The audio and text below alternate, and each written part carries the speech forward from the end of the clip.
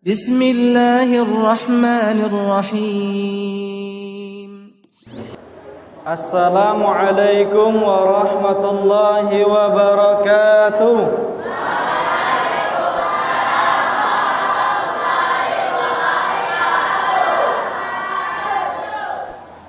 Terlambat adik-adik yang sini jawabnya.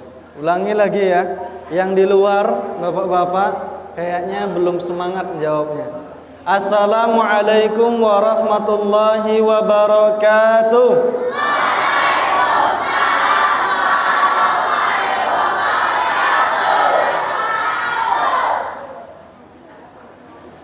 Adik-adik yang laki-laki maju satu baris, semuanya di sini. Anak-anak juga maju sini, dekat sini. Ilmu itu butuh kedekatan. Ayo. Maju terus. Terus yang laki-laki. Adik-adik yang laki-laki. Dekat lagi. Dekat lagi. Yang perempuan boleh di depan ibu-ibu. Ayo maju ke depan. Yang perempuan boleh di depan ibu-ibu. Silakan maju ke depan.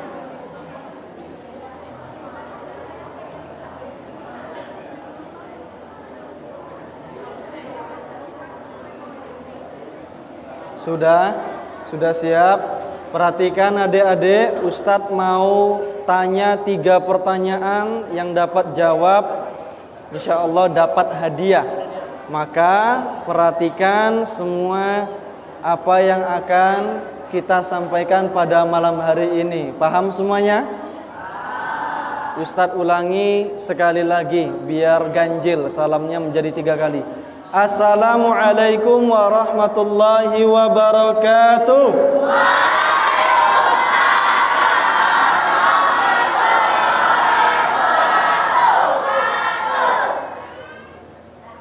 Alhamdulillah. Alhamdulillahilladzi khalaqal mauta wal hayata liyabluwana ayyuna ahsanu amala.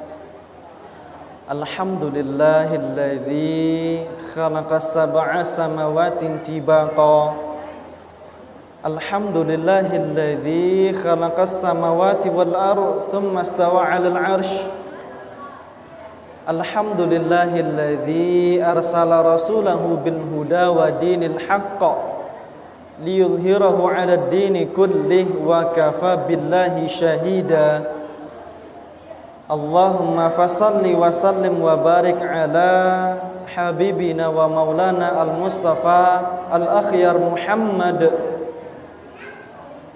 Allahumma fasalli wa sallim wa barik ala nabiyina wa habibina maulana al-Mustafa al-akhyar Muhammad.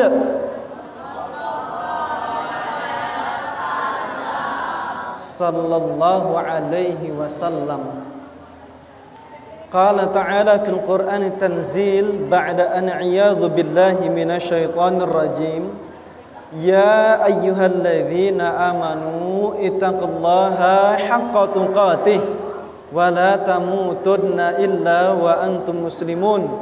Wa qala Rasulullah sallallahu alaihi wa ala alihi wa ashabihi wasallam ittaqillaha haitsuma kunta wa atbi'is sayyi'atal hasanata tamhuha wa khaliqin nas bi khuluqin hasan. Amma ba'd. Ibu-ibu, bapak-bapak, para pengurus masjid yang semoga dimuliakan oleh Allah Subhanahu wa taala. Kita bersyukur pada malam hari ini Allah kasih kita kesempatan hidup untuk beribadah kepada Allah Subhanahu wa taala. Allah kasih kita jantung ibu-ibu untuk beribadah kepada Allah Subhanahu wa taala. Allah kasih kita jantung masih berdetak. Coba masing-masing sekarang rasakan, letakkan tangan kanannya di dadanya masing-masing. Rasakan detak jantung tersebut. Maka setiap detak jantung yang kita rasakan itu adalah nikmat yang Allah kasih kepada kita.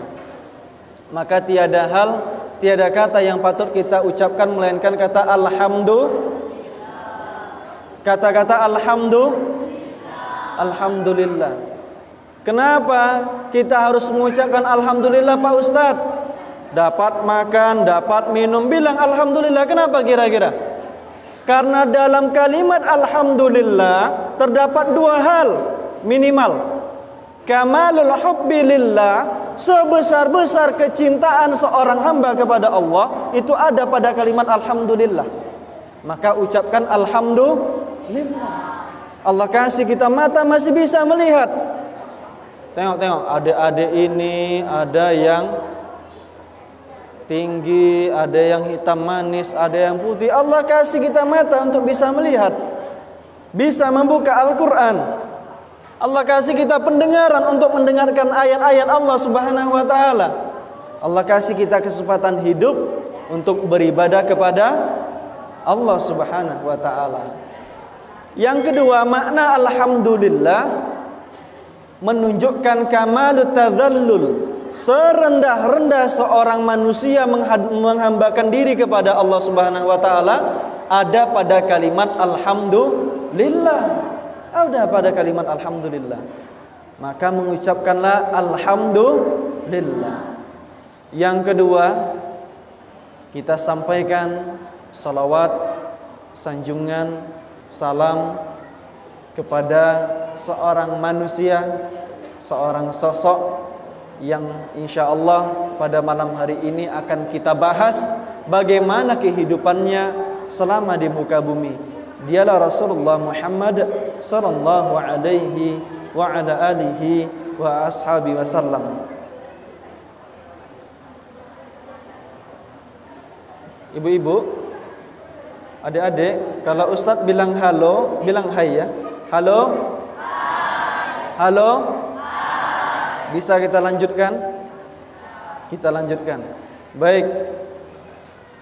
Rasulullah sallallahu alaihi wasallam adalah seorang yang lahir pada tahun 570 apa? Masehi ya. 570 Masehi.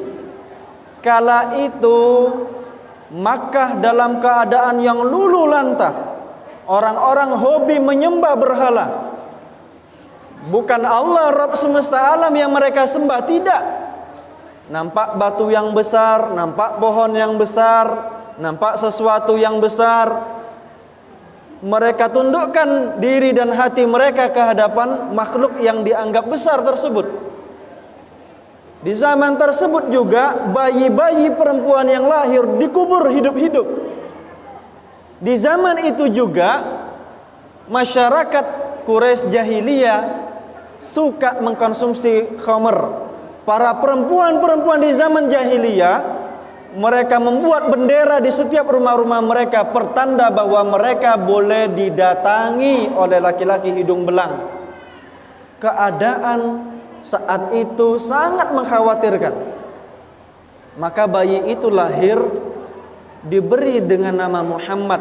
Ketika kakeknya Abdul Muttalib membawa ke hadapan Ka'bah dan dia mengatakan, "Usammihi Muhammad." Aku namakan dia Muhammad.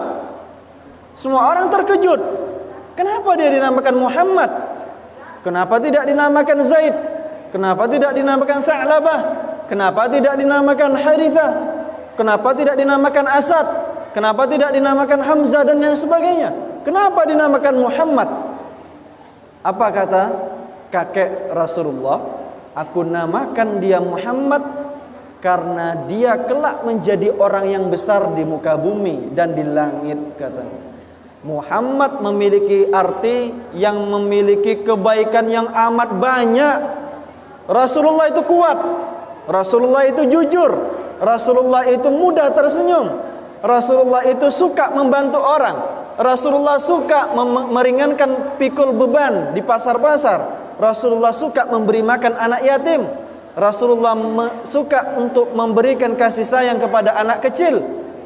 Maka kesempurnaan puji-pujian kepada Muhammad dinamakan namanya Muhammad sallallahu alaihi wa ala alihi wa ashabi wasallam. Bayi tersebut Bapak Ibu tumbuh besar. Sampai kira-kira umur 6 tahun, yang darinya dia anak yatim, ditinggal mati oleh orang tuanya yang perempuan, ibu kandung tercinta. Lalu kemudian diasuh oleh kakek tercinta Abdul Muthalib. Setelah kakek meninggal dunia, diasuh oleh paman Abu Thalib. Di antara 9 anak Abu Thalib, hidup Rasulullah di antaranya. Rasulullah kecil suka menjaga kebersihan. Rambutnya paling klimis, bajunya paling rapi, bajunya paling bagus di antara anak-anak yang lainnya. Kalau ada makanan dihidangkan ke hadapannya Bapak Ibu, maka dia berikan kepada 9 anak Abu Thalib yang lainnya. Nih, wahai abang dan saudaraku, makanlah, ini makanlah, makanlah, makanlah, makanlah, makanlah. Sampai tidak tersisa, dilihat oleh Abu Thalib. Celaka kalian, ini keponakan yang aku sayangi, ini saudara kalian. Kalau kalian makan, kalian semua makan, maka biarkan Muhammad dulu yang mengambil. Jangan kalian, karena Muhammad itu pemurah. Tidak masalah dia tidak makan, yang penting saudaranya makan. Itu Nabi Muhammad. Nah, di hari-hari berikutnya Rasulullah yang mengambil.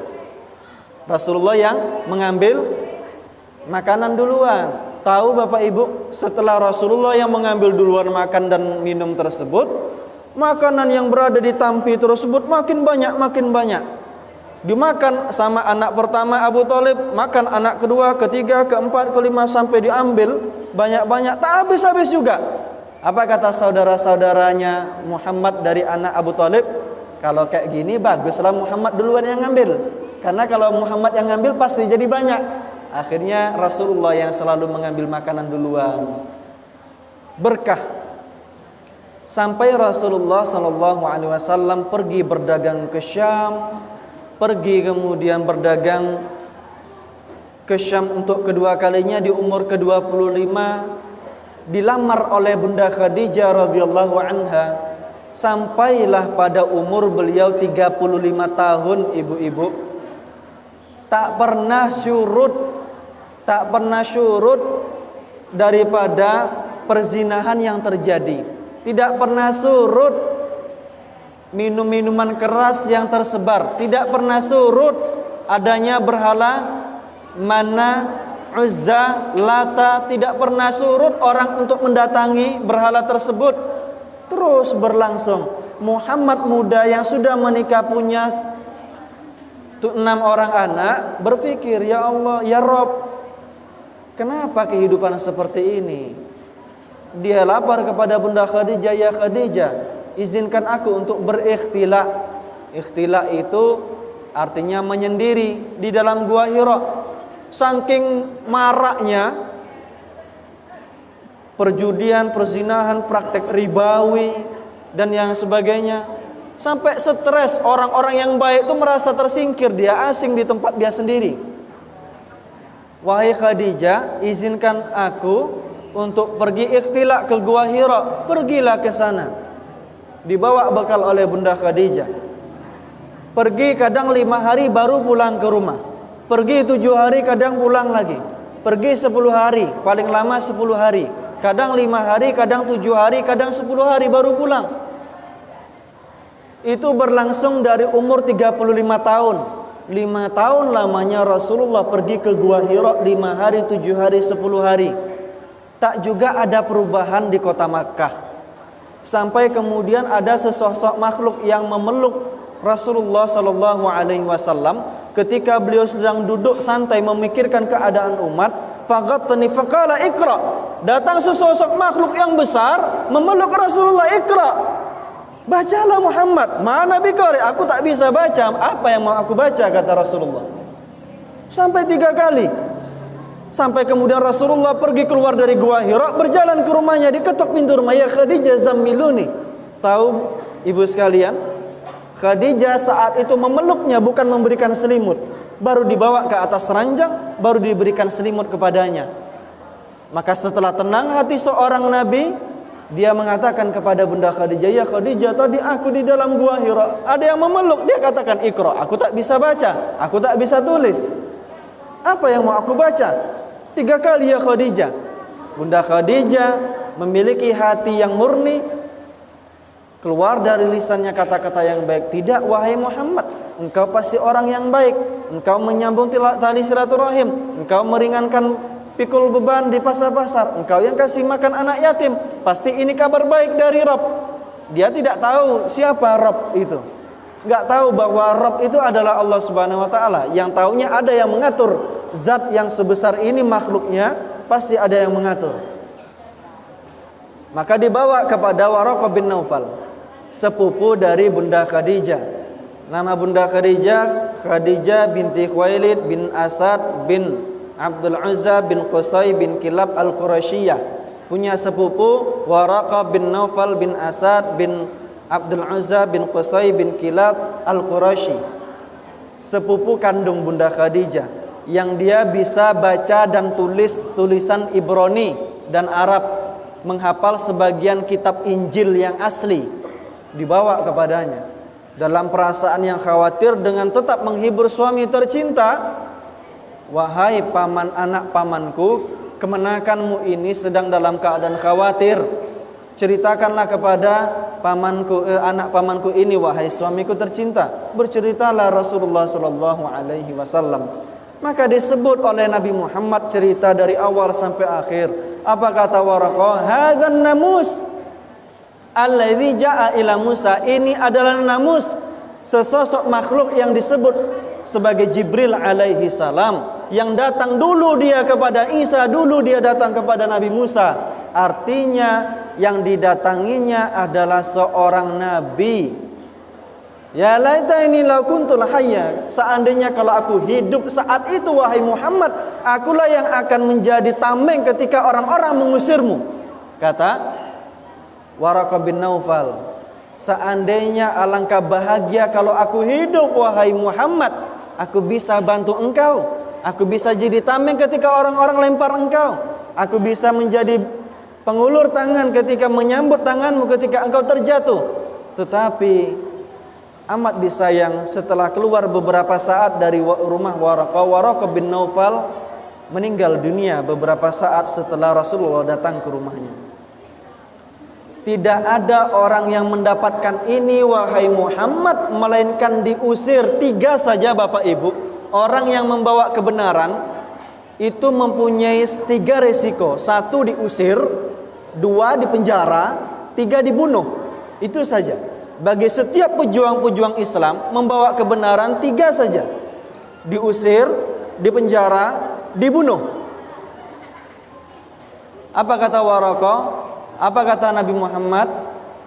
Wahai sepupuku, apakah aku akan diusir oleh orang-orang Makkah? Ya Muhammad, pasti semua orang-orang yang membawa ini dia akan diusir. Katanya.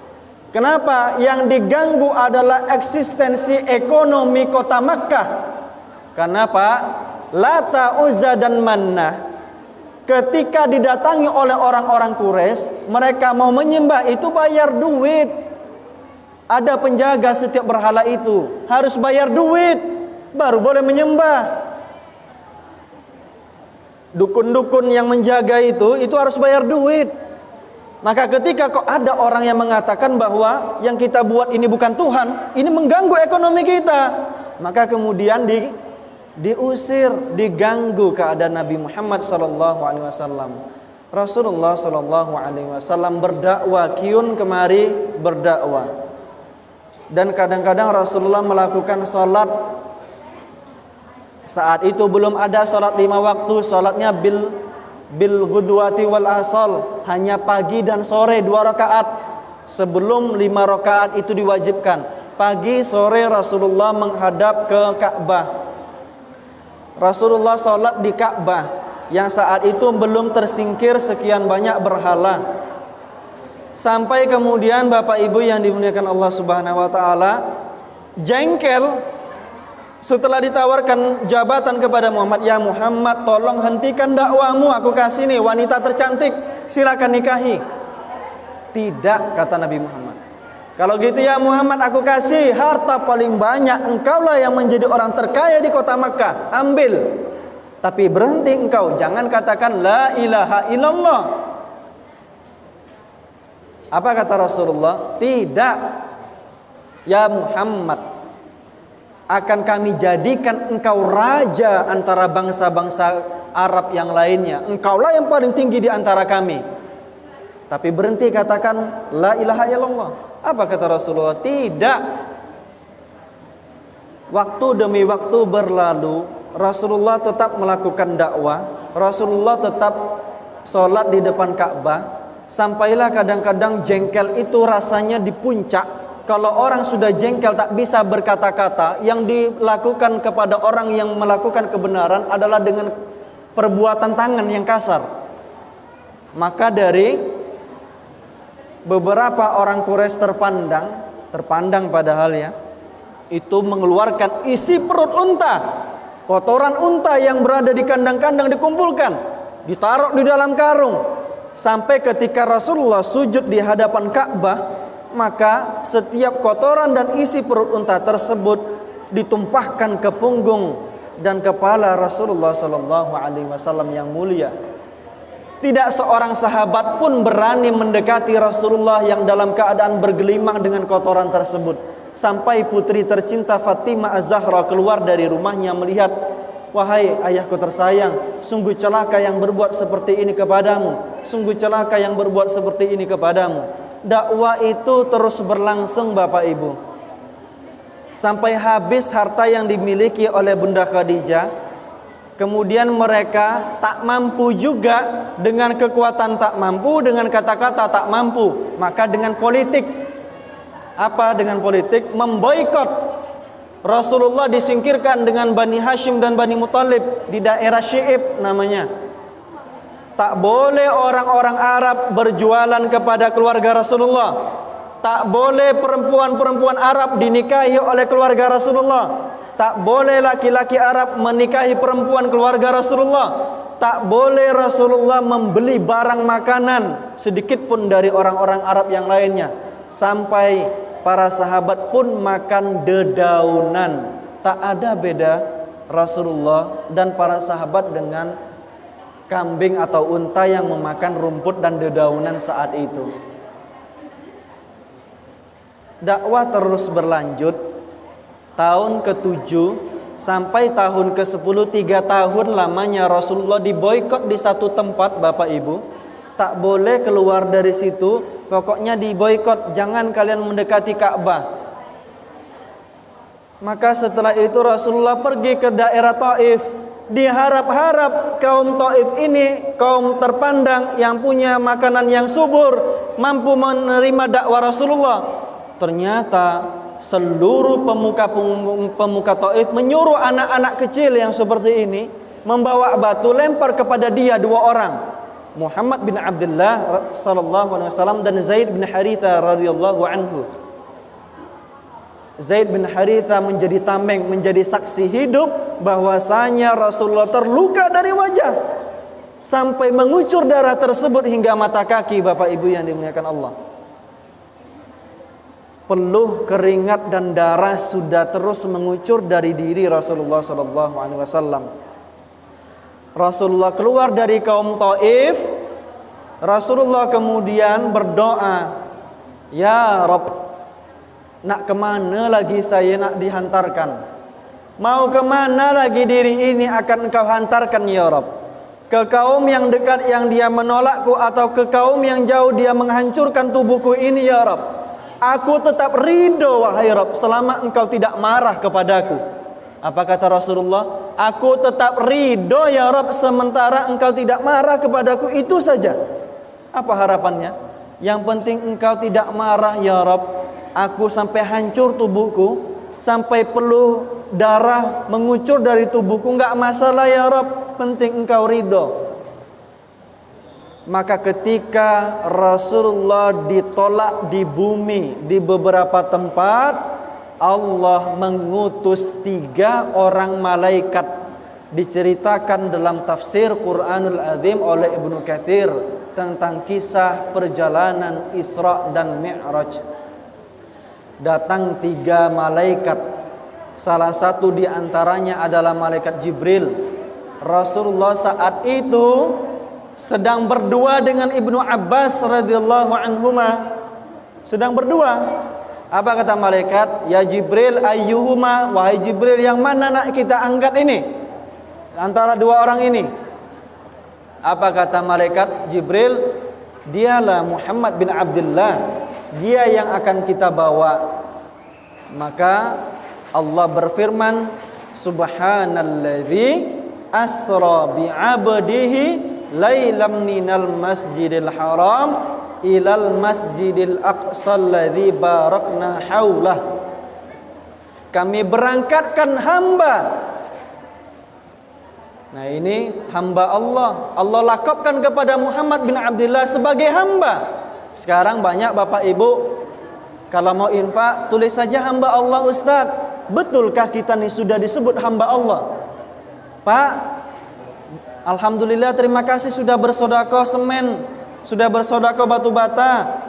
Iya, sama-sama Ustaz. Tapi tulis hamba Allah. Ya, betulkah kita sudah disebut hamba Allah? Muhammad bin Abdullah, orang yang berjuang mati-matian dengan jiwa dan raganya, disebut sebagai hamba oleh Allah Subhanahu wa taala. Diberangkatkan dengan satu hewan yang bernama buraq. Buraq dari kata al-barq. Artinya apa artinya? Kilat atau petir. Bapak Ibu, bentuk buraq itu adalah salah satu makhluk yang dia berbeda dengan makhluk yang ada di dunia. Ada dua makhluk yang itu berbeda. Satu buraq, satu dabbah. Dabbah ini nanti muncul di zaman nanti, di akhir zaman. Kapan dia muncul? Setelah matahari terbit dari barat. Matahari ini Bapak Ibu, para ilmuwan astronot sudah mengatakan sekarang memang dia muncul dari sana, dari timur, tapi ada titik balik setelah dia berputar seperti ini, macam bandul yang kemudian dia berhenti, maka dia kemudian bangkit dari barat. Setiap orang mengatakan aku ingin tobat, tak ada lagi cerita untuk tobat. Maka yang keluar adalah dabbah. Dabbah ini makhluk yang dia kakinya seperti hewan kambing, badannya seperti ini, kepalanya seperti ini, berbeda. Dan dialah yang akan mengecap setiap kening-kening manusia. Mukmin, kafir, mukmin, kata dia. Yang sudah keluar satu buraq. Dia adalah salah satu makhluk Allah yang lebih kecil daripada kuda, lebih besar daripada keledai, atau setara besarnya dengan bigol. Bigol itu tak ada di Indonesia mungkin ya Pak ya. Bigol itu perkawinan antara keledai sama kuda, lahir namanya bigol. Buraq itu sebesar bigol. Ketika sahabat bertanya, ya Rasulullah, macam mana kendaraan buraq itu? Apa yang aku lihat wahai sahabatku, kata Rasulullah, apa yang aku lihat ke depan sana, tiba-tiba tapak kakinya sudah berada di tempat yang aku pandang tadi. Maddal basar, sepanjang mata memandang. Sepanjang mata memandang langkah daripada buraq tersebut. Maka perjalanan dari Makkah sampai ke Palestina itu dilakukan sekejap saja. Dari ba'da isya, waktu isya saat itu, karena belum diturunkan salat isya, tapi ba'da isya, waktu isya, sampai sebelum subuh, Rasulullah sudah dari Makkah pergi ke Palestina, dari Palestina pergi ke langit yang ketujuh. Bapak Ibu, langit yang ketujuh itu kita tak pernah tahu batasnya sampai mana. Karena langit yang pertama kita lihat saat ini, langit yang pertama yang itu berlapis-lapis, ada atmosfer, termosfer, dan yang lain, stratosfer, yang lain sebagainya, itu baru langit yang pertama. Belum langit kedua, langit ketiga, langit keempat, belum. Jauh sekali. Maka dilakukan perjalanan sampai Rasulullah tiba di kota Palestina atau di Baitul Maqdis. Rasulullah sebagai simbol, kenapa dari Makkah pergi ke Palestina, ini simbol Bapak Ibu, karena satu-satunya negara yang belum dibebaskan atau masih dalam keadaan terjajah itu Palestina. Ya. Yang belum terbebaskan atau masih terjajah itu Palestina. Sampai kemudian Rasulullah mengimami para nabi sholat Berapa jumlah nabi, anak-anak? 25 itu yang wajib dihafal. Jumlah nabi dalam kitab Rahiqul Makhtum yang dikarang oleh Syekh As-Safiyur Rahman Al-Mubarakfuri, atau dalam kitab sirah tertua, Sirah Ibnu Hisham yang dikarang oleh Ibnu Hisham, jumlah nabi itu ada 114.000 orang atau 124.000 orang. Itu nabi. Rasulnya 315. Baca juga dalam Qisasul Anbiya, jumlah rasul itu 315, nabi 124.000. Yang wajib diimani, yang wajib dihafal, yang wajib dihafal, kalau iman semua kita harus iman kepada nabi-nabi tersebut. Tetapi yang wajib dihafal 25. Adam, Idris, Nuh, Hud, Saleh, Ibrahim, Ismail, dan seterusnya sampai kemudian Yahya, Isa, sampai Nabi Muhammad sallallahu alaihi wasallam. Rasulullah mengimami semua para nabi, maka Rasulullah disebut sebagai Sayyidul Anbiya, pemimpin para nabi. Ini menunjukkan Rasulullah itu orang termulia yang pernah ada di muka bumi. Karena Rasulullah kemudian langit dan bumi ini juga Allah ciptakan. Karena Rasulullah juga kemudian planet-planet ini diciptakan. Karena kehendak menciptakan zat yang bernama Rasulullah sallallahu alaihi wasallam, beberapa hal harus diciptakan oleh Allah Subhanahu wa taala. Bapak Ibu yang dimuliakan oleh Allah Subhanahu wa taala, bahkan makhluk pertama yang juga diciptakan oleh Allah Subhanahu wa taala adalah Nur Muhammad sallallahu alaihi wasallam. Ketika Adam mengatakan, "Aku menciptakan engkau manusia," tetapi Adam mengatakan, "Ya Allah, bukankah ada satu nur yang telah engkau ciptakan dahulu?" Walaupun secara penciptaan zat tubuh badan kita ini, yang pertama kali diciptakan manusia adalah Adam alaihi salam. Tak cukup sampai di situ Bapak Ibu. Rasulullah juga diberangkatkan untuk menuju Allah Subhanahu wa taala. Ketika bumi menolak Rasulullah, Allah menerima dengan lapang dada di langitnya. Diketuk pintu langit yang pertama, "Assalamualaikum." Penjaga pintu langit bertanya, "Man anta wa man ma'ak?" Siapa engkau dan siapa yang bersamamu? "Ana Jibril." Aku adalah Jibril alaihissalam. "Wa ma'i Muhammad bin Abdullah." Dan bersamaku adalah Muhammad bin Abdullah. "Ahlan wa marhaban, ahlan wa marhaban." Selamat datang wahai Nabi yang mulia, selamat datang wahai jiwa yang baik. Maka berjumpa dengan Nabi Adam alaihi salam. Nabi Adam mengatakan, "Selamat datang wahai cucu cicitku." Diketuk pintu langit yang kedua, "Siapa engkau dan siapa yang bersamamu?" "Sama, aku adalah Jibril dan denganku adalah Muhammad sallallahu alaihi wasallam." Maka berjumpa dengan Nabi Isa alaihi salam yang masih hidup secara jiwa dan ruhnya, masih hidup. Satu-satunya nabi di alam semesta yang masih hidup, Nabi Isa. Nanti dialah yang akan membunuh Dajjal Al-Masih la'natullah alaih. Diketuk pintu langit yang ketiga, yang keempat, antara yang ketiga sama yang keempat berjumpa dengan Nabi Yusuf alaihissalam. Apa kata Rasulullah? "Aku melihat keindahan, kegantengan semua manusia, setengahnya ada pada Nabi Yusuf alaihissalam." Diketuk pintu langit yang kelima, berjumpa dengan Nabi Harun, Nabi yang lainnya. Diketuk pintu langit yang keenam, berjumpa dengan Nabi Ibrahim alaihissalam, yang mana di bawah kaki Nabi Ibrahim banyak anak-anak kecil. Ternyata anak-anak kecil itu adalah bayi yang dia meninggal dunia sebelum dia mendapatkan beban taklif atau beban untuk melakukan salat. Nabi Ibrahim besar, tak nampak kepalanya kata Rasulullah, saking besarnya Nabi Ibrahim. Sampai langit yang ketujuh berjumpa dengan Nabi Musa alaihi salam. Lalu Bapak Ibu, Allah izinkan Rasulullah sampai ke Sidratul Muntaha. Allah buka tabirnya.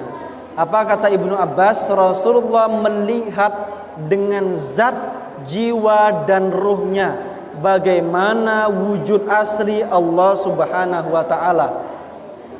Maka Allah mencatat, mewajibkan bagi Rasulullah untuk melakukan 50 waktu sholat bagi Rasulullah dan umatnya. Bapak Ibu, jemputan 5 atau 50 waktu sholat ini sejatinya adalah hiburan bagi kaum mukminin yang sedang gundah gulana hatinya, sedang susah-susah bertengkar dengan suami, bertengkar dengan istri, bertengkar dengan tetangga. Macam mana dia mengadukan nasib? Berjumpalah dengan orang-orang soleh ke dalam masjid rumah Allah Subhanahu wa taala.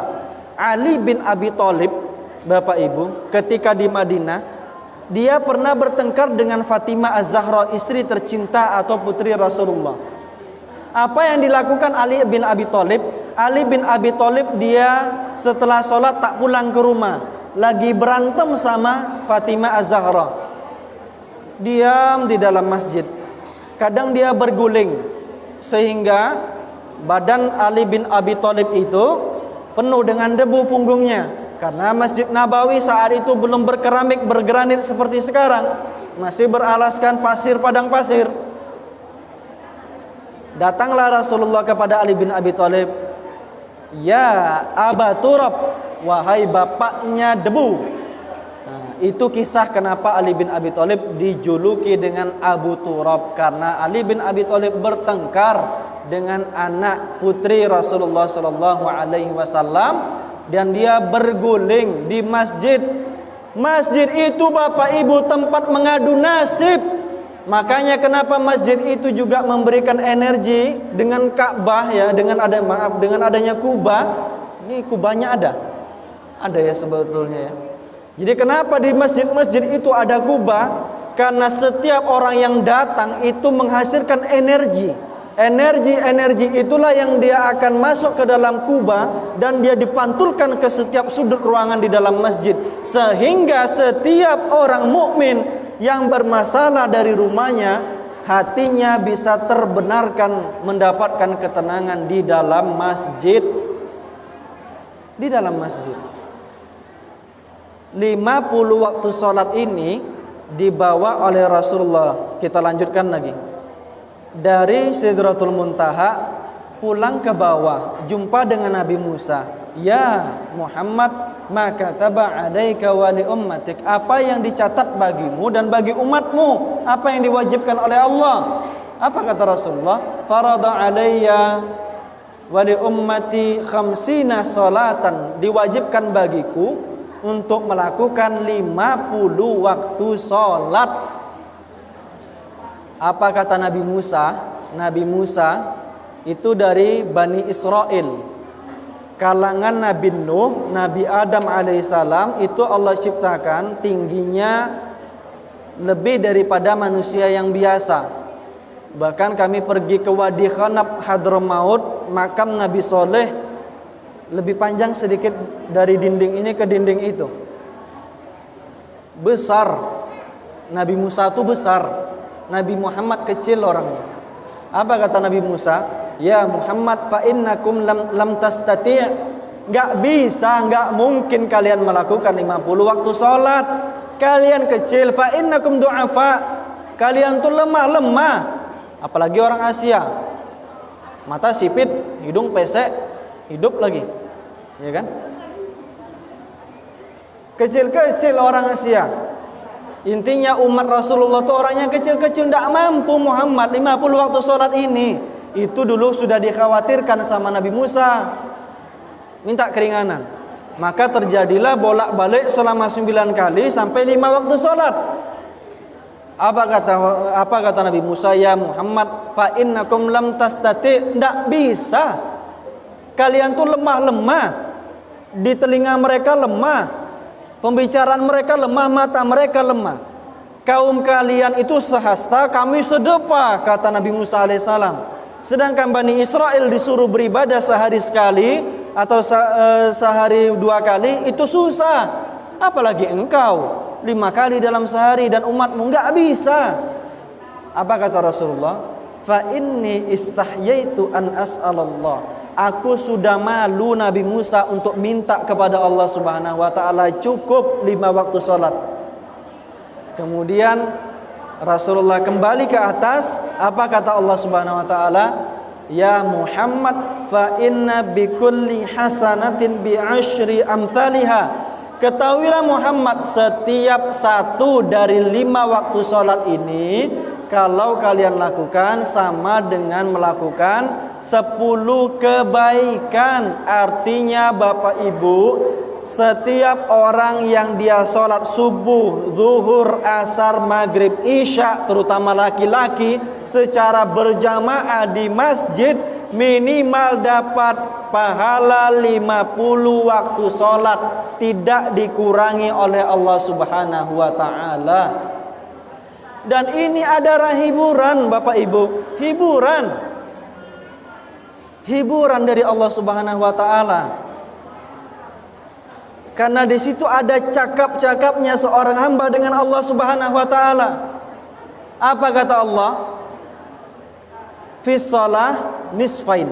Salat itu aku bagi menjadi 2. Satu untuk diriku kata Allah, satu untuk hamba. Setiap seorang hamba berdiri mengatakan alhamdulillahi rabbil alamin.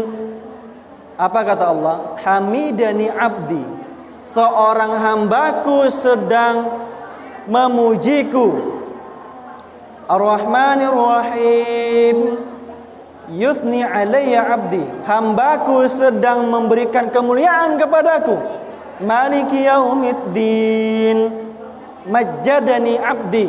Hambaku sedang memberikan kedudukan tinggi bagiku. Iyyaka na'budu wa iyyaka nasta'in. Fawada ilayya kullu amri abdi. Apa kata Allah? Hambaku sudah menyerahkan hidup dan matinya hanya untukku. Ihdinas siratal mustaqim, siratal ladzina an'amta 'alaihim ghairil maghdubi 'alaihim waladdallin. Hadza baini wa baina 'abdi. Ini hanya antara diriku dan hambaku, wali abdi mas'al. Dan bagi hambaku apapun yang dia minta aku kasih, katanya. Kata Allah, hadza baini wa baina abdi. Ini antara aku dan hambaku, siapapun dia, besar kecil, tinggi pangkatnya, kaya miskin, ganteng jelek, semuanya, muslim atau muslimah, semuanya, siapapun. Ketika kita mengatakan iyyaka na'budu, ya Allah, diri ini tak ada menyembah selain Engkau. Diri ini untuk menyembah tolong dibantu, dan kami meminta bantuan hanya kepada Engkau. Tolong tunjuki kami jalan yang lurus, sebagaimana jalan-jalan para nabi, jalan-jalan para syuhada, jalan-jalan para orang yang saleh, orang-orang yang siddiqin, yang membenarkan lagi dibenarkan oleh Allah Subhanahu wa taala. Hadza baini wa baina abdi. Ini hanya antara aku dan hambaku. Bapak Ibu, pertanyaannya, apakah Allah akan menjawab setiap kalimat itu ketika kita lalai melakukan sholat? Contoh, ibu-ibu lakukan sholat, alhamdulillahi rabbil alamin. Jemuran belum dibangkit lah, turun pula hujan misalnya kan. Mungkin tidak Allah mengatakan hamidani abdi, hambaku memberikan pujian kepadaku? Mungkin tidak? Tidak mungkin. Artinya perlu kekhusyuan untuk seorang hamba dinyatakan sah dia sedang bercakap-cakap dengan Allah Subhanahu wa taala. Pertanyaannya, apa itu khusyuk? Apa itu khusyuk?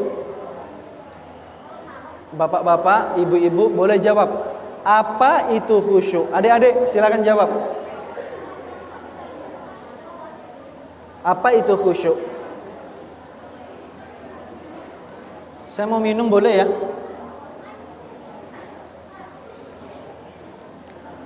Silakan, saya tunggu.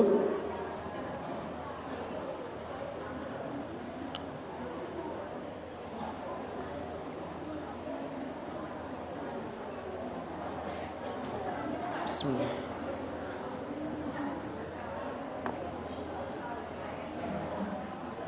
Apa itu artinya khusyuk? Apakah khusyuk ketika kita sholat, kucing lewat, kita tak nampak kucing itu lewat? Ataukah kita khusyuk ketika sholat, imam dan makmum di masjid rahmatullah, ada kendaraan yang knalpotnya itu dibobok, ya, kemudian kita tak dengarkan knalpot itu, apa itu khusyuk? Ayo Pak. Murid Imam Abu Hamid Al-Ghazali rahimahullah pernah bertanya kepada gurunya, "Wahai Imam, apa itu khusyuk?" Apa kata Imam Ghazali?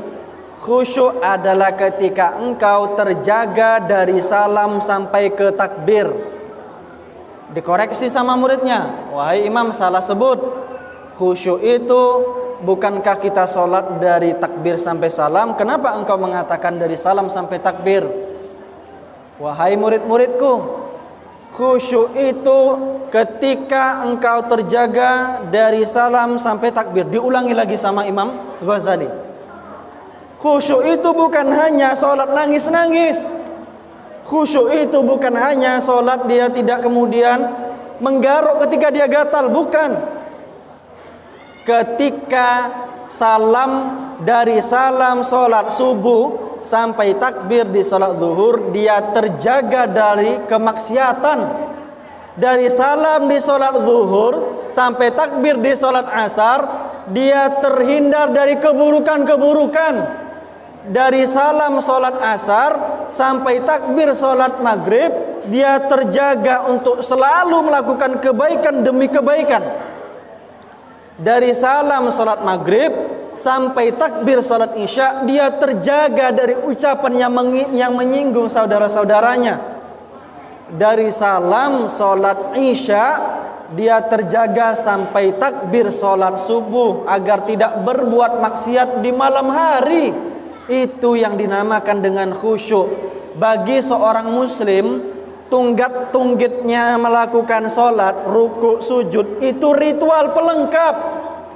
Kapan seorang hamba menghambakan diri kepada Allah? Ketika dia mengatakan iyyaka na'budu wa iyyaka nasta'in. Sehingga ini mengilhami seorang ulama yang bernama Ibnul Qayyim Al-Jauziyah menulis kitab Madarijus Salikin fi manzilati iyyaka na'budu wa iyyaka nasta'in. Lebih tebal sedikit daripada Al-Quran. Hanya menjelaskan apa arti iyyaka na'budu wa iyyaka nasta'in. Ketika seorang muslim mengatakan hanya kepada engkau ya Allah kami menyembah, hanya kepada engkau ya Allah kami minta pertolongan, sejak itu dia menyatakan bahwa tidak ada pohon, tidak ada pemimpin, tidak ada sesuatu yang besar yang bisa aku jadikan Rabb yang mengatur semesta alam. Bukan ketika dia rukuk, bukan ketika dia sujud dia menghambakan diri, tetapi ketika dia menyatakan iyyaka na'budu wa iyyaka nasta'in. Ini adalah tentang sholat. Khusyuk itu Bapak Ibu ketika dia takut kepada Allah Subhanahu wa ta'ala. Ketika azan berkumandang, hayya 'alas shalah, Bapak Ibu tidak berkomentar, melainkan langsung berhenti dalam aktivitas apapun. Sekalipun dia sedang masak. Kadang banyak Bapak Ibu sedang melakukan aktivitas, lagi ngetik, lagi masak, hayya 'alas shalah, dah azan pula kata dia. Astagfirullahaladzim, pula kata dia. Tak boleh melakukan kayak gitu. Kenapa? Yang diajak itu ayo kalian sholat, hayya 'alal falah, yuk melakukan kemenangan. Kenapa? Ketika Rasulullah ditolak di muka bumi, siapa yang menyambutnya di langit? Allah Subhanahu wa ta'ala. Apa yang dikasih oleh Allah? Sholat. Untuk bercakap-cakap dengan Allah. Ketika masih sibuk dengan bengkelnya, dengan kotoran olinya, ketika diucapkan hayya 'alas shalah, ucapkanlah alhamdulillah ya Allah telah datang waktu sholat. Aku hentikan sedikit, dibersihkan segala macam kotoran di tangannya. Ibu-ibu sedang memasak gulai misalnya. Dah azan pula, takut pecah santan nih, tak mau dimatikan. Ya. Tapi ibu-ibu masih dapat kelonggaran, dia boleh sholat di rumah. Bapak-bapak tak bisa. Apa kata Fatimah? Wahai sahabatku, abi, bapakku Nabi Muhammad SAW, kalau sudah adzan berkumandang, dia macam tak kenal dengan orang di rumah. Langsung dia terabas tempat wudu, dia pergi ke musola, ke masjid. Tak kenal orang di rumahnya. Kalau sudah kumandang azan Bilal atau Abdullah bin Ummi Maktum mengumandangkan azan, maka dia macam tak kenal dengan orang di rumah. Bergegas untuk pergi ke masjid, bapak-bapak. Diajak untuk melakukan kemenangan. Maka Jibril alaihi salam kemudian mengajarkan bagaimana caranya sholat. Sholat pertama yang diajarkan adalah sholat zuhur. Yang mengajarkan Rasulullah untuk berwudu itu langsung malaikat Jibril. Dalam Quran surat An-Nisa, ya ayyuhalladzina amanu, wahai orang-orang yang beriman, idza qumtum ila shalah, kalau kamu berdiri untuk salat, faghsilu wujuhakum, bersihkan wajah. Cara bersihkannya itu betul-betul dicuci. Ghasala yaghsilu artinya mencuci. Tak boleh sisa bedak-bedak. Tak boleh sisa di situ ada eyeliner. Tak boleh sisa di situ foundation. Semuanya harus luntur. Wa aydiyakum ilal marafiq, dan dari ujung tangan sampai ke siku. Tuntunan wudu yang benar adalah menghadap kiblat, basuh wajah setelah sunnah-sunnah yang lain, kemudian membasuh tangan dari ujung jari sampai ke siku. Wajibnya sekali, sunnahnya 3 kali.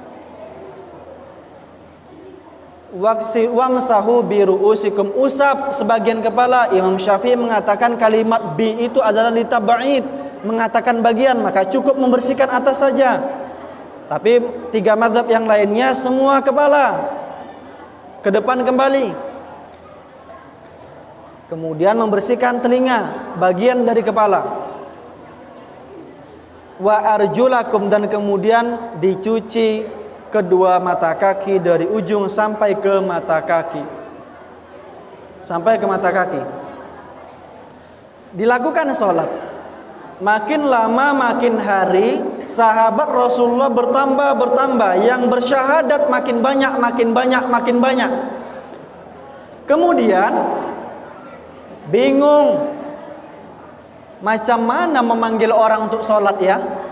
Para sahabat kasih 3 opsi kepada Rasulullah. Ya Rasulullah, untuk memanggil orang sholat, kita buat bakar-bakaran di atas gunung, biar orang tahu waktu sholat sudah masuk. Rasulullah masih diam. Ya Rasulullah, bagaimana kalau kita tiupkan trompet ketika waktu sholat zuhur, asar, maghrib, isya, subuh itu masuk? Rasulullah masih diam. Ya Rasulullah, gimana kalau sudah azan kita melakukan sesuatu, pokoknya ada, yang ketiga saya lupa. Semuanya ditolak. Rasulullah masih menunggu wahyu. Waktu demi waktu berlangsung, sampailah seorang sahabat Abdullah bin Zaid bin Haritha, anak dari Zaid bin Haritha bernama Abdullah, bermimpi ada seseorang dalam mimpinya mengajarkan untuk mengundang orang masuk ke masjid, untuk menyatakan bahwa waktu sholat sudah masuk, ucapkan Allahu Akbar, Allahu Akbar, asyhadu an la ilaha illallah, asyhadu anna Muhammadar Rasulullah, hayya 'alas shalah, hayya 'alal falah.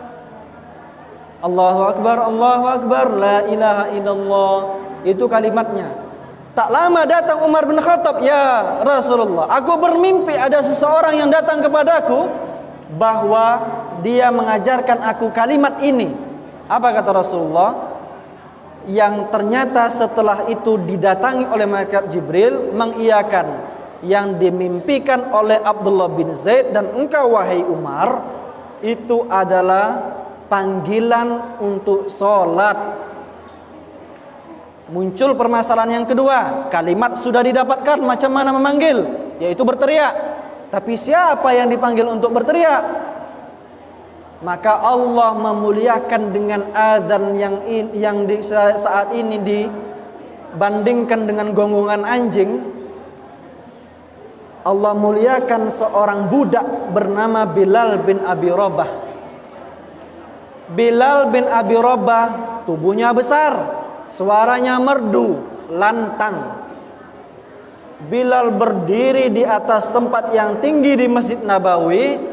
Pas di Makkah, Bilal berdiri di atas Ka'bah, karena Ka'bah yang tempat tertinggi, mengumandangkan azan dengan suara keras, lantang, merdu, sesuai dengan hukum tajwid.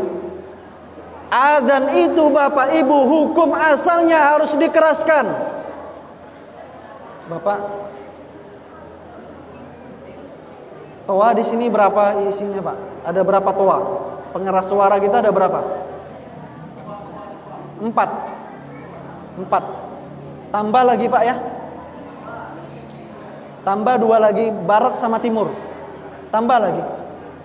Kenapa? Di zaman Rasulullah, suara azan itu harus keras.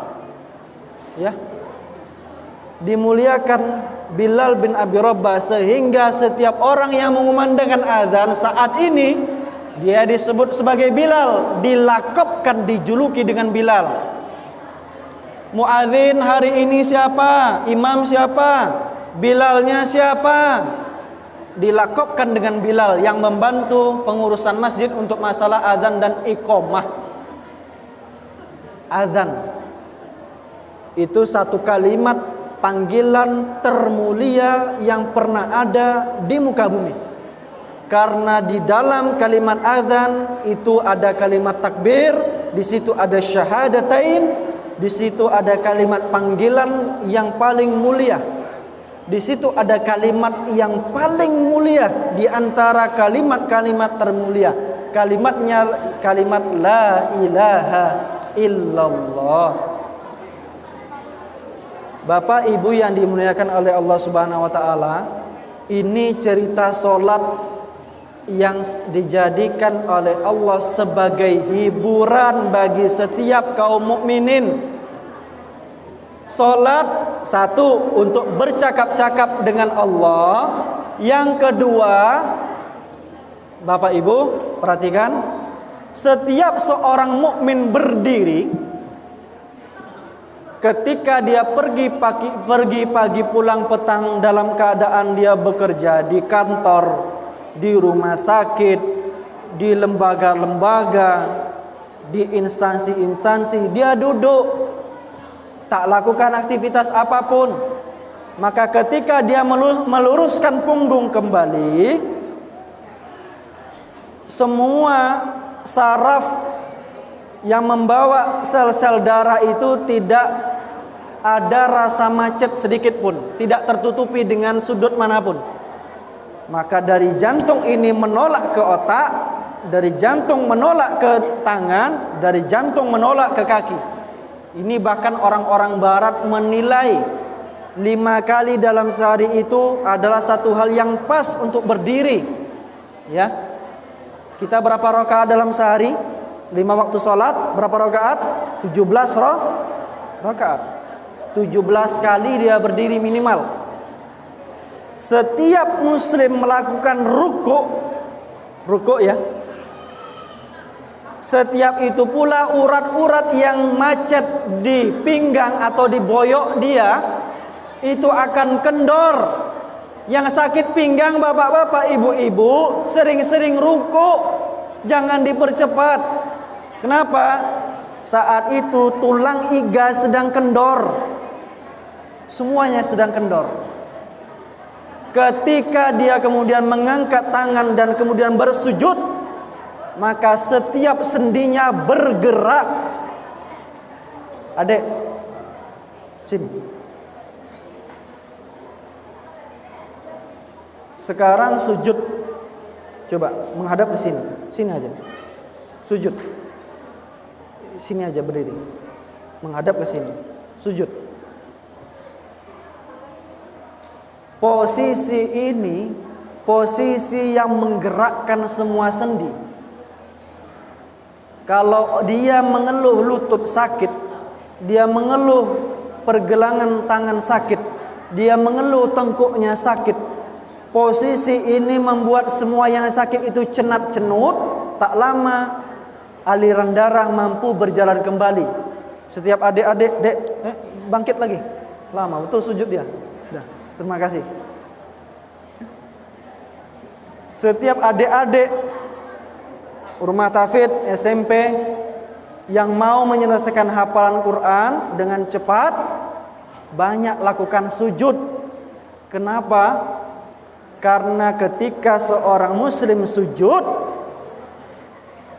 saat itu oksigen yang pada awalnya berjalan lebih dominan ke bawah itu akan masuk ke rongga-rongga sel otak. Dari setiap miliaran neuron tersebut membentuk dendrit. Dari dendrit tersebut membentuk membran-membran di otak untuk bisa hidup elektrolitnya. Setiap ada informasi masuk dia dengar, setiap ada yang dipandang bisa dia hafal. Banyak lakukan sujud. Ini salah satu kebaikan dalam sholat. Ketika dia bangkit untuk duduk di antara dua sujud, maka Bapak Ibu, di situ meditasi paling sempurna dengan duduk iftirash, membentangkan telapak kaki kiri, menegakkan telapak kaki kanan. Itu duduk paling sempurna untuk merasakan keadaan di alam sekitar, atau orang-orang yang melakukan yoga mengatakan itu meditasi. Meditasi kesehatan dalam Islam adalah melakukan sholat. Bapak Ibu yang dimuliakan oleh Allah Subhanahu wa taala, siap kira-kira kita untuk meramaikan masjid, bapak-bapak meramaikan soft-soft salat ini? Siap? Takbir. Takbir. Baik. Masuk ke pertanyaan yang saya janjikan tadi.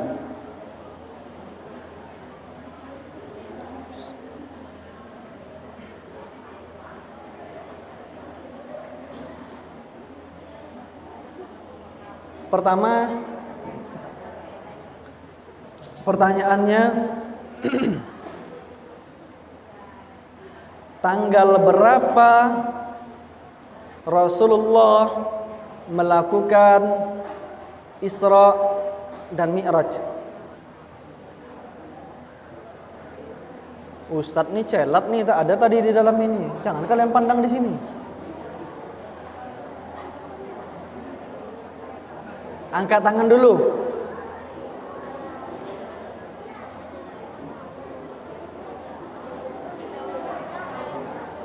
Ada yang mau jawab?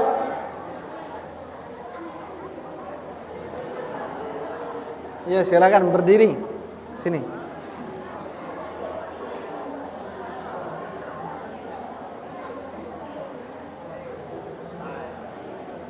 Tanggal berapa Rasulullah melakukan Isra dan Mi'raj? Siapa namanya, Nak? Azam.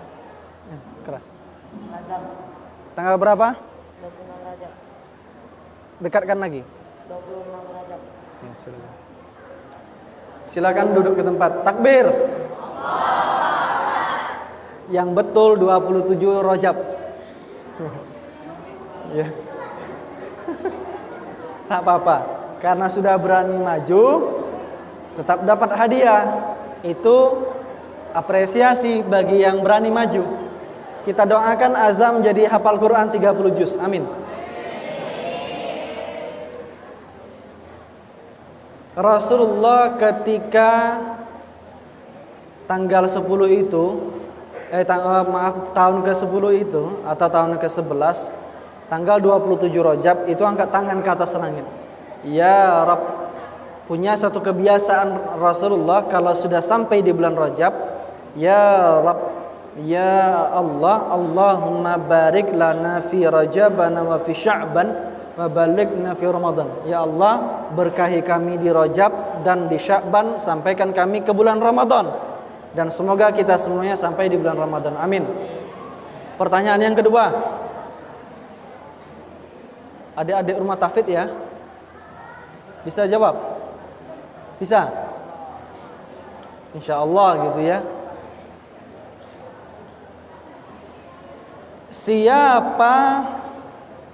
Siapa nih kakek Rasulullah Sallallahu Alaihi Wasallam? Hah? Ini terlalu mudah sama anak ini. Nanti dulu, nanti. Nah ini aja dulu. Kita kasih kesempatan dari yang lain. Siapa namanya? Habib Zaki. Siapa nama kakek Rasulullah? Abdul Muthalib. Takbir. Duduk ke tempat. Betul jawabannya. Mudah saja. Yang ketiga, sebutkan 2 manfaat sholat dari segi kesehatan. Perempuan.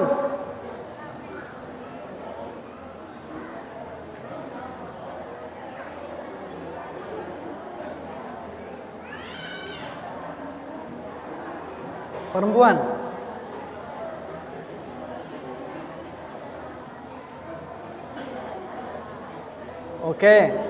Saya tanya sekali lagi, yang paling dulu angkat tangan, silakan maju. Siapa?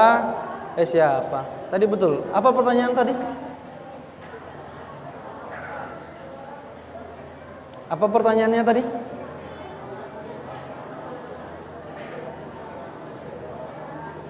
Silakan, boleh jawab.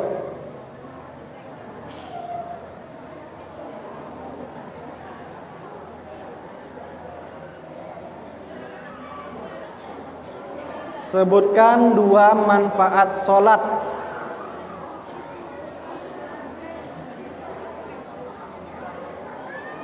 Susah nampaknya pertanyaannya nih. Yuk.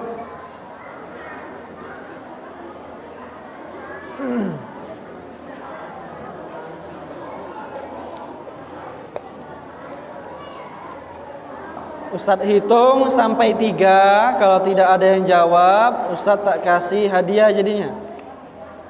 Yuk. 1,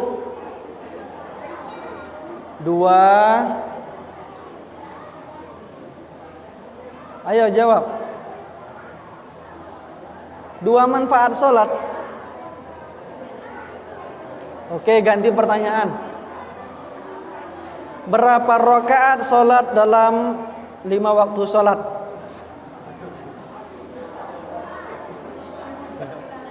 Yang pakai imamah.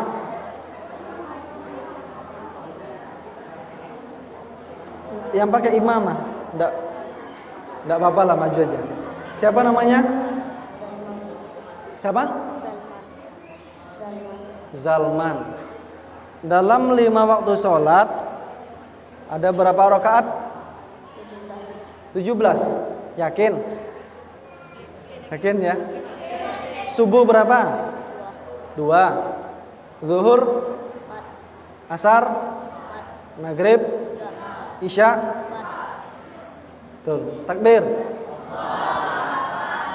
Itu memang mudah-mudah pertanyaannya itu kan. Baik. Yang sudah jawab tadi maju ke depan. Tadi saya maju ke depan.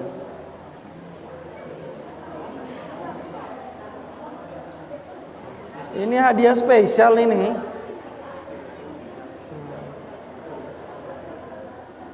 Tolong kameramen arahkan hadiahnya Rp10.000. Jadilah, alhamdulillah. Ya. Tunggu dulu.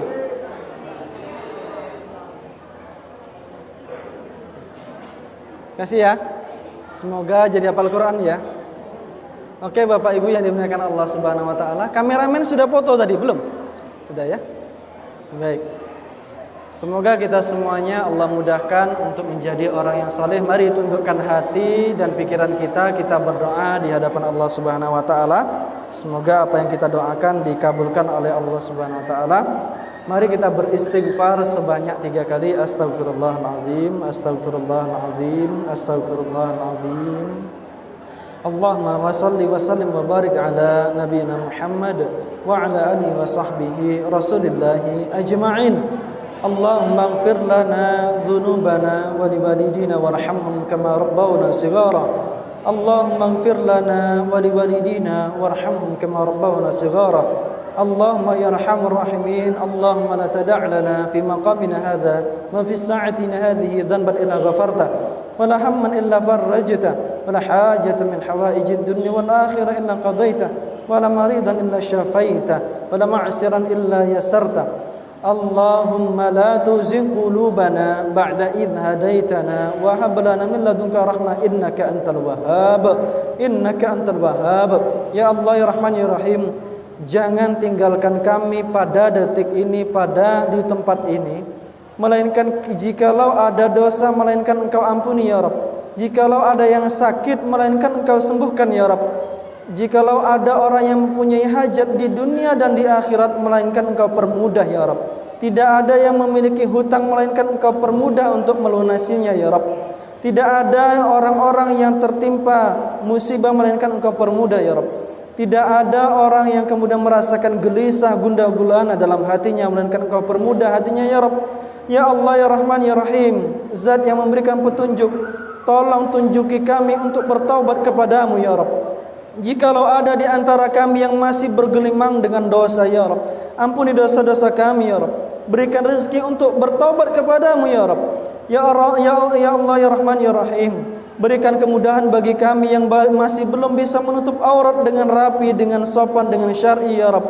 Berikan mudah kepada kami ya Rabb untuk menutup aurat dengan cara yang syar'i ya Rabb. Rabbana la tu'akhidna in nasina aw akhtana. Rabbana wa la tahmil 'alaina isran kama hamaltahu 'alal ladzina min qablina.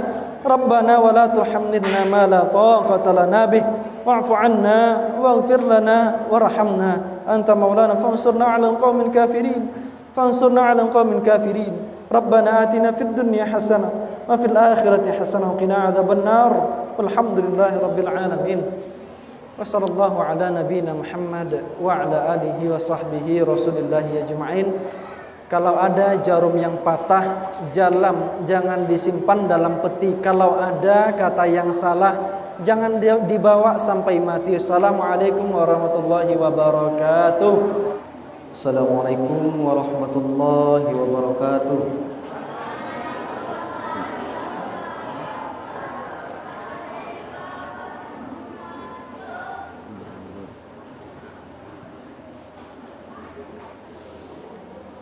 A'udzu billahi minasy syaithanir rajim.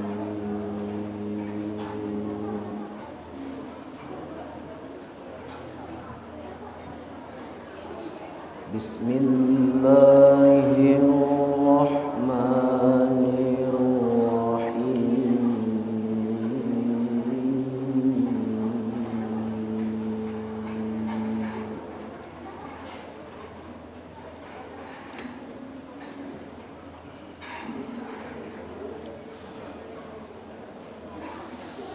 Subhanalladzi asra bi'abdihi laylan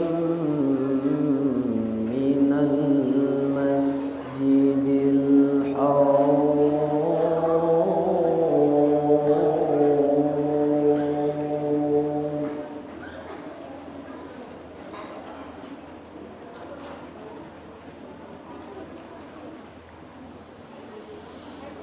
minal masjidil haram ilal masjidil aqsa alladzi barakna hawlahu linuriyahu min ayatina.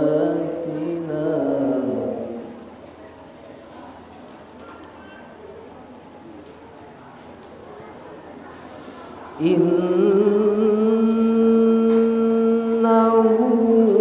huwas-sami'ul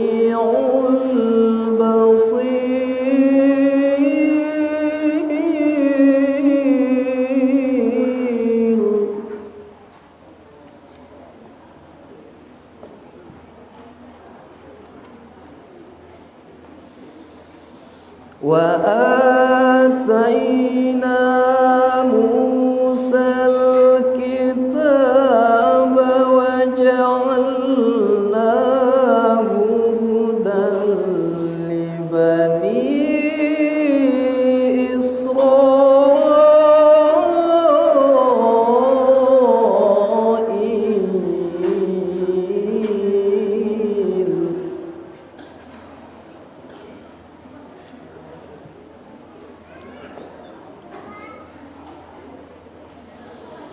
ألا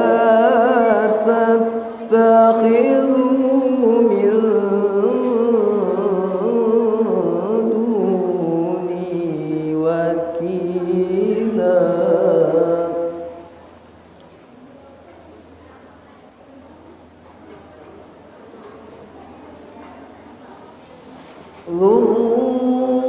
ذرية من حملنا مع نوح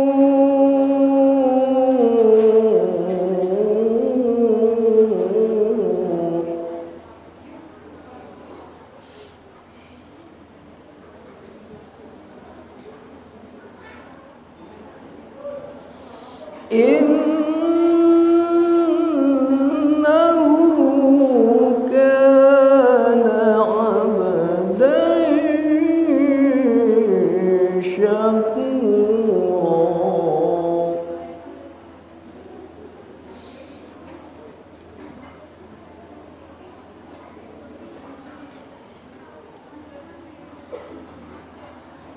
وقضينا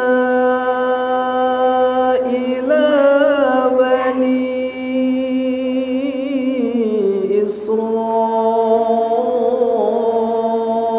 إسرائيل في الكتاب لتفسدن في الأرض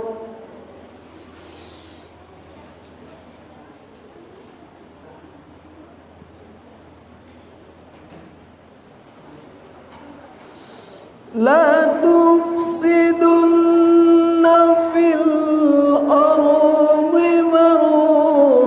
مرتين ولا تعلن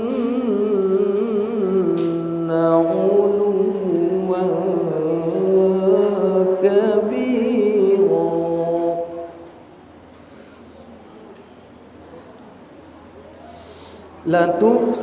لتفسدن في الأرض مرتين ولا تعلن علوا كبيرا صدق الله العظيم